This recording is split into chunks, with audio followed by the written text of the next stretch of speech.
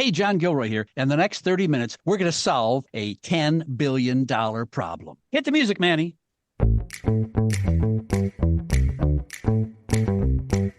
Welcome to the Federal Tech Podcast, where industry leaders share insights on innovation with a focus on reducing cost and improving security for federal technology.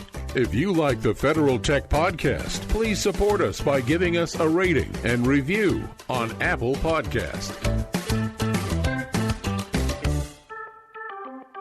Welcome to the Federal Tech Podcast, the podcast that connects you to federal technology leaders. My name is John Gilroy, and I will be your moderator. In the virtual studio is world-famous Jordan Burris, Vice President and Head of Public Sector Strategy at Socure. Now, Jordan, the last time I saw you, I think you were at the Caboose Brewery in Vienna. Is that correct? Absolutely, John. Appreciate you having me back on the show, and it was a great place to be at.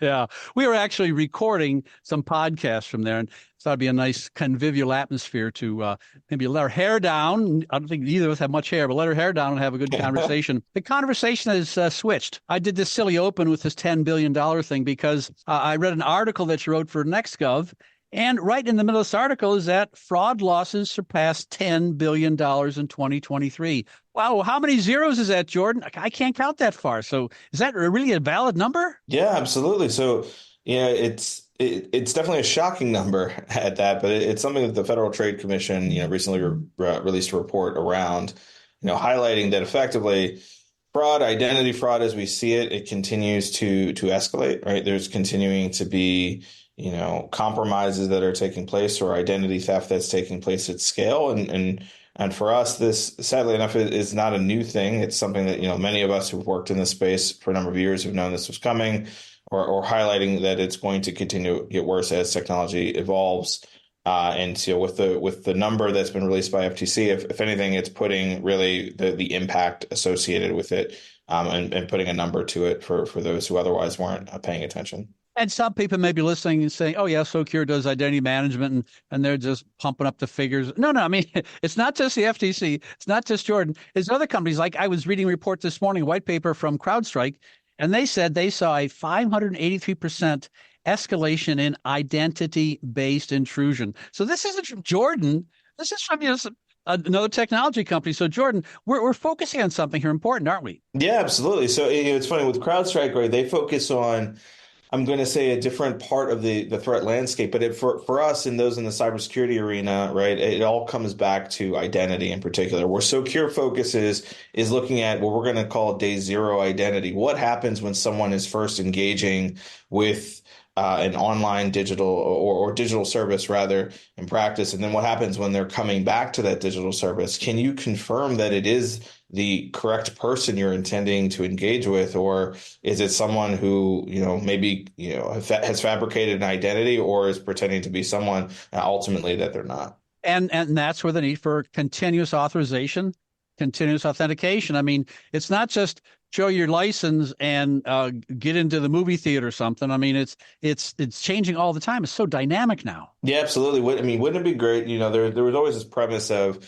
you could take the fake driver's license, the McLovin driver's license in particular, and showcase it in order to get access to a service or benefit in particular. What we're seeing, though, with the prevalence and the speed at which technology is moving is that sooner rather than later, we're not going to be able to trust those at all, right? In the way that we previously used to use that apparatus, and as such, we kind of have to be taking and evaluating a newer approach into how we're going to combat really the threat coming from nation states and other organizations who are using technology to circumvent the controls that are in place today.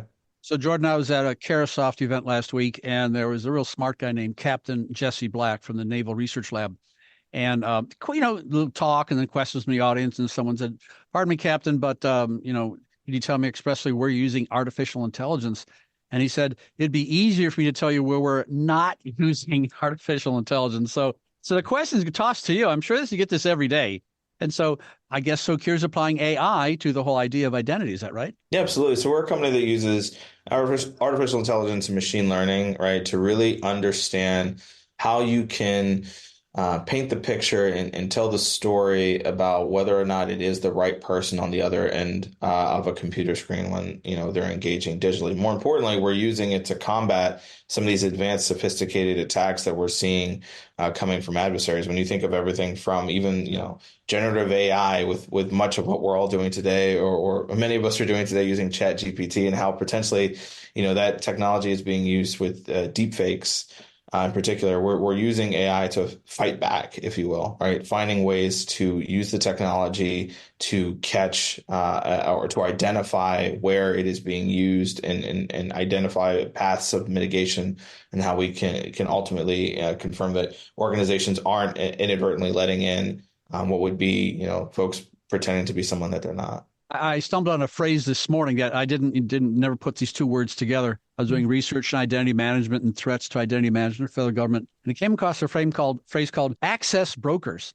So you can get a real estate broker, you can get a stock broker. I know John Gilroy brokering identities. You can go to these places and just scoop up a few identities. It just seems like out of a novel or a fiction, isn't it? Yeah, absolutely. I mean, so there's been like this, I guess, this push and pull with identity in particular, right? We for long within the U.S., we've been reliant, I'm going to say in some cases over reliant, if you will, on certain aspects of data in order to confirm your identity ultimately, right? If you look at the regulations and guidelines that have been put out for things like Know Your Customer, or the customer identification programs, they rely on 4 pieces of PII in particular, right? And there would be a combination of name, date of birth, social security number, in order to confirm that it is a real person ultimately. That's, if you look at all the data breaches that have taken place at scale, in particular, that information's out there, right? And so it's no longer safe to assume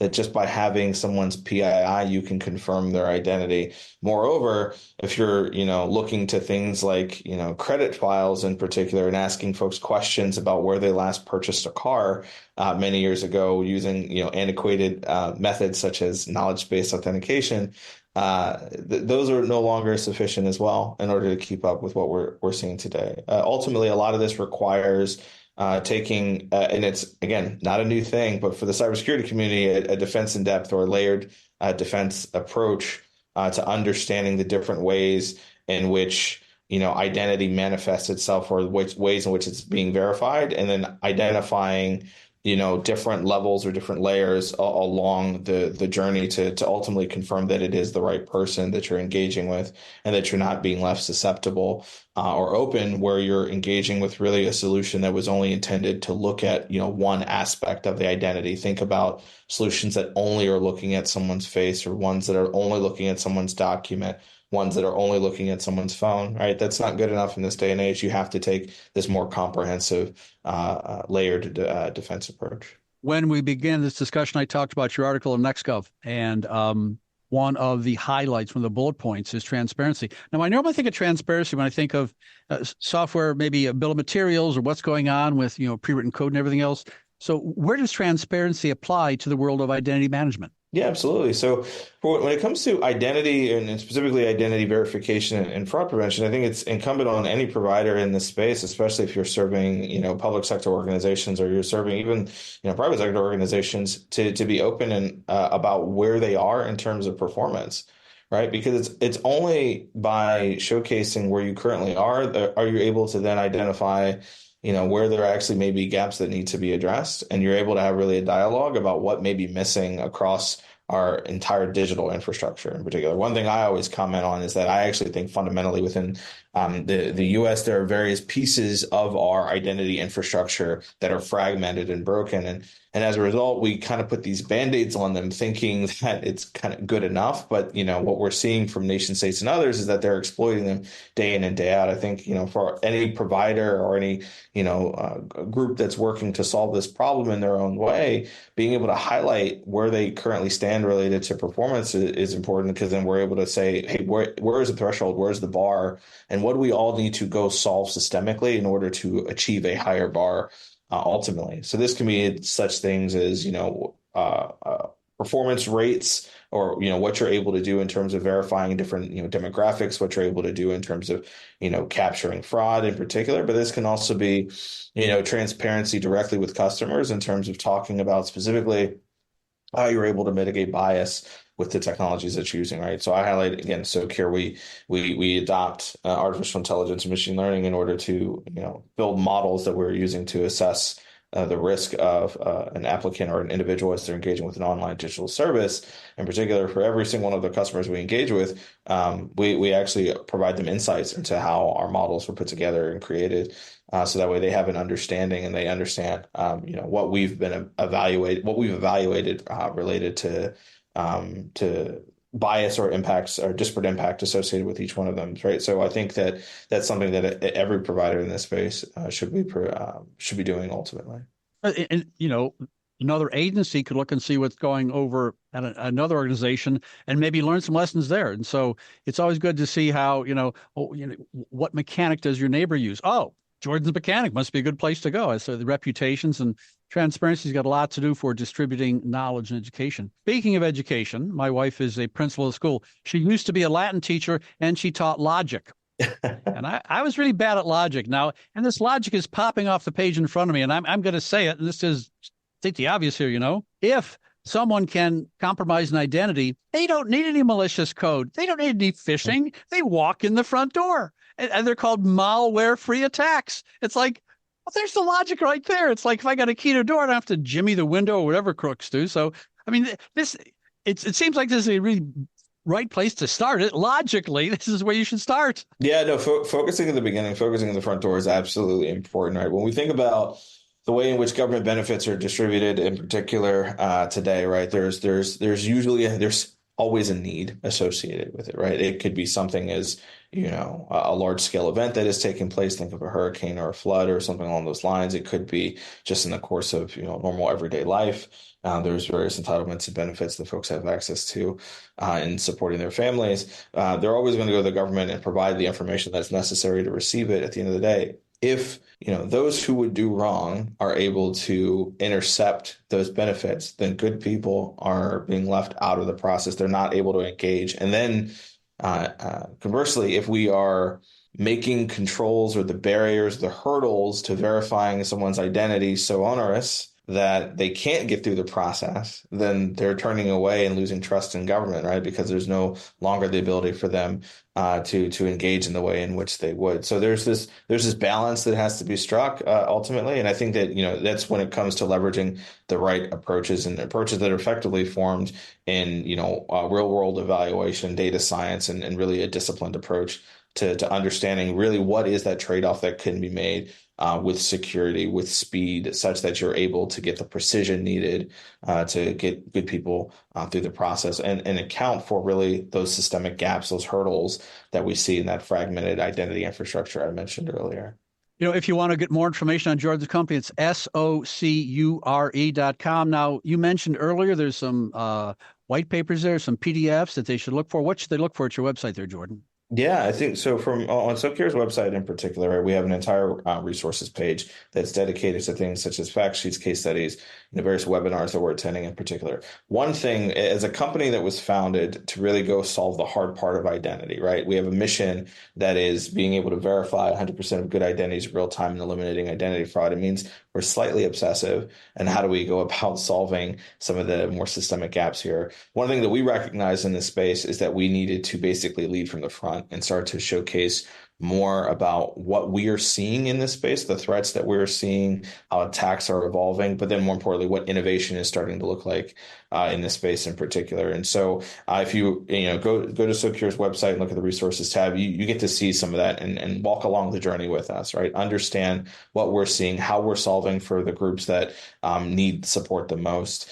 and then more importantly, how we're building really the innovations to allow us to move forward to a point where everyone is able to have a seamless, simple, and secure method for verifying their identity without that undue friction that comes with some of the legacy approaches to identity verification. So if you're listening to this and you're at the gym lifting weights or something, you can't write anything down, I will include everything in the show notes. You go to federaltechpodcast.com and get the show notes on this fairly easily. In fact, if you want to have more nuggets of wisdom from Jordan, that should be the name of the podcast, Nuggets of Wisdom from Jordan. You can go to Federal Tech Podcast and search for episode 71, where you will see Jordan wearing orange shoes. Yes, it's true, ladies and gentlemen, a fashion faux pas. Or was it a faux pas, Jordan? No, see, that's the best thing. It's, you wear orange shoes so you can stand out, and it's just like our. Oh, yeah. In your article, there's a phrase here that I highlighted, and including liveness detection. So that old John Gilroy kicks the bucket and you take my identity. We're going to make sure that I'm alive. Is that what that is? Yeah, absolutely. So from a liveness standpoint, right, it's the question of, is someone presenting what would be, the unsophisticated method would be like holding a picture up, right, a photo up to a screen in particular. As you're potentially doing some type of, identity validation where you're relying on being able to view the individual, right? Especially if they're, not in person. As it's, continue to become more sophisticated in terms of attacks, we've seen things such as, various masks that have been presented. There's also, as we look to deepfake technology in particular, where it's an overlay of a fake image of an individual on top of a person. All these things are where you're wanting to apply the best, and really we're going to just call it like biometric or identity detection in particular, but liveness being a part of that in order to really understand that you are engaging with the intended person. I'll be in the classroom on Thursday night, and guess what? Not every student gets an A. Maybe Jordan gets an A and old John gets a B- or something. So when I work with students and try to improve their outcomes, it's just being objective. And look, you should have been able to do this. This should include that and this. And in your article, Slowing Fraud Requires the Executive Board of the Digital Theft, you indicate that, government's not doing enough. I mean, you're the teachers giving a bad score here, aren't you, Jordan? It's always very interesting, right? Because, I did have the privilege and opportunity to work in the federal government many years ago. And one of the things that was highlighted during my time there, working with a number of my colleagues, right, was that we basically weren't ready for what would be, kind of an advanced, sophisticated attack. That much of what we had in place in terms of our infrastructure was deficient and not able to keep pace with, modern technologies in particular. And this was many years ago. This was highlighted, right? So much so that we even had called for the creation of a specific office, a group, and an effort in order to galvanize and understand what could be out there, what could be incubated across, a public-private partnership to combat some of these more advanced threats.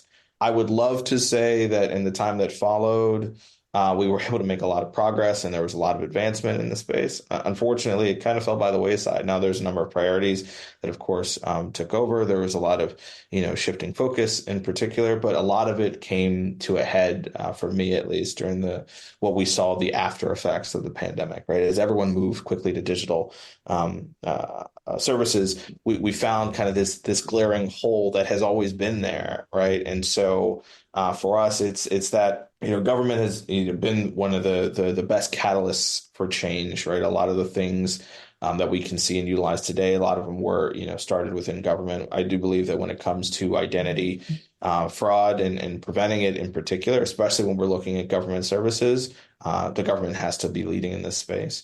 And so when it comes to, what is being done at a national level, what's being done, from a more strategic vantage point to combat this threat, I look forward to seeing what the administration does to release the long-awaited guidance, but more importantly, take concrete actions to combat the rise in these types of attacks. Concrete actions. That's what NIST expects. I listen to podcasts all the time on rather technical topics, puts people to sleep. There's a guy up at NIST who's on a podcast, and he talked about, his name is Alper Gurman, and he talks about identity. And the phrase he uses, he talks about, when it comes to identity, you have to have the right sources at the right time. I never viewed it that way. But if John Gilroy logs in, he's got access to something, that doesn't mean he's going to access tomorrow. Yep. And John Gilroy is John Gilroy, and yes, he has access to the XYZ until 5:00 today, and that changes. So it's like the resources have to be there, and they got to be fast. So it's not just hey, we did it once and go to sleep. No, it's game's on. Yeah, absolutely. It's a continuous process, right? So, it's looking at is it the right person at the right place at the right time and really engaging for the right purpose. And so, there's the multidimensional aspect of identity that constantly has to be evaluated. For me, it's a continuum on the way in which we have to verify and understand what is happening, because there's so much that changes, so much context associated with folks and how they present themselves in an online ecosystem. In particular. And it's only by taking this more continuous approach to it that you can combat, again, a lot of what we're seeing happen with nation states and other criminal organizations. In your article, you talk about public-private partnerships, and that's why I brought up NIST. NIST is famous for working with all kinds of engineers when it comes to measurements and time and all kinds of different things. And so one of your suggestions is that the federal government should leverage more public-private partnerships where maybe information is shared. And then everyone, it's a 2 and 2 is 5 situation. And so is that the organization you're thinking about? Or when you talk about public-private, what do you mean, Jordan? Yeah, absolutely. So NIST is absolutely a start there in particular, right? They're doing yeoman's work in terms of their standards development, and much of what they're doing and their cybersecurity labs, right, to really test out what is being done there. For me, when it comes to public-private partnerships, I also expand that, right, even beyond just a single body. I think this in general, the public sector and the private sector should be coming together to understand and learn from each other about what they are seeing. Ultimately, there's some groups or some agencies that do this very well.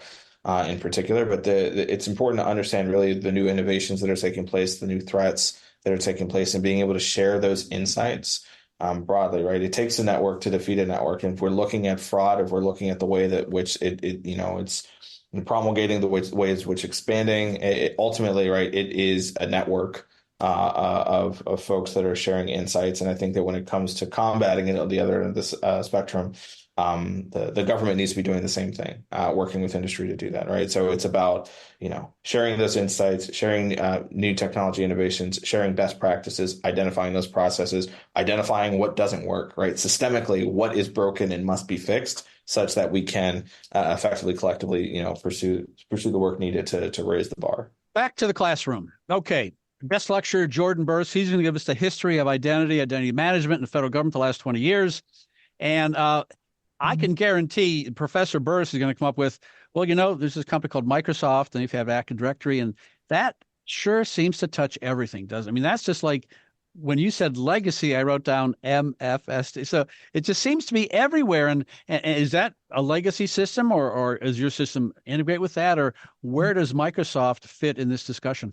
Yeah, so for Microsoft in particular, right, they're part of the identity lifecycle in particular. I wouldn't call them a legacy solution by no means, right?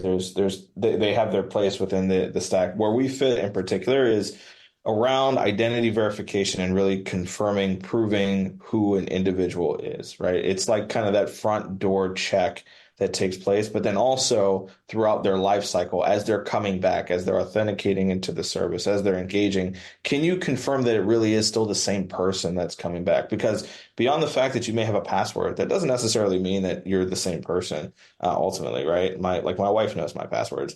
In particular, yes, that's not that secure as a cyber guy, but in particular, she sometimes needs them, especially for Netflix. And so, when it comes to those things, right, it's not always the same to say that it is the right individual, and it's by taking kind of this more incremental or continuous approach to verifying an individual throughout their life cycle that you're able to engage. And so, when I talk about legacy services in this space, I would say those that focus really on a single piece of the identity puzzle, right? Focusing only on a single element. Think about it as focusing only on a phone, or focusing only on the fact that someone has a social security number, or focusing at their address, right? And just focusing on it as like a single solution and saying that we can just verify that one piece of information. If I can just verify that someone has a driver's license, it's good enough to confirm who they are. And the reality is because when it comes to fraud, they're multifaceted in the way they're approaching. They're finding ways to skirt the system. They're finding ways to get the information. They're finding ways to, pretend that, or to provide the information needed to circumvent these tools. So it's only by evaluating all of it at the same time, but doing so in a manner that it's not burdensome to an individual. Easier said than done, but honestly, the way technology has evolved, there's ways to do it, right? So that way you can actually validate a lot of this information as folks are just engaging as part of their normal everyday lives.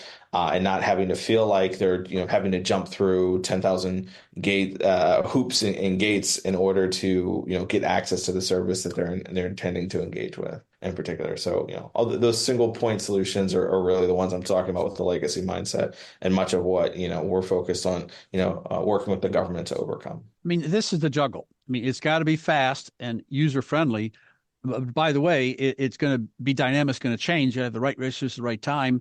And what's around the next corner? And so my question, what is around the next corner? I mean, usernames, passwords gone. What do you see happening to this old school identity management system? And give me a prediction for the next 5 years, Jordan. Prediction for the next 5 years. I've always learned it's never a good idea to give a prediction over the next 5 years. Immediately something will happen and you're completely off it. What I'll tell you is that there's a tale of two. We're going to say tale of two Americas, tale of two approaches in the way in which we address this problem. Right. In one approach, we actually take it head on, and we're going to take proactive measures and concrete steps to mitigate a lot of what we're seeing. The outcome of that would be a better online ecosystem that is able to accommodate those the most in need without having to make them experience undue friction, right? We're getting better overall, much of what we're seeing across the globe in particular. The other version, unfortunately, is one where we start to we double down and really don't do anything in this space, and we start to lose trust more so than we already have in the ability to serve the public broadly. And so then not only do we lose trust in what the government can do, but we lose trust as the public in understanding who it is we're engaging online, right? Then you lose the ability to say, am I actually really talking, to John Gilroy when I'm engaging and corresponding, or should I just assume by default? It's like zero trust on steroids. Should I assume by default the person I'm actually engaging with is not really John, or it's not even a real person ultimately, right? Like those are the tales of two stories of how this could play out.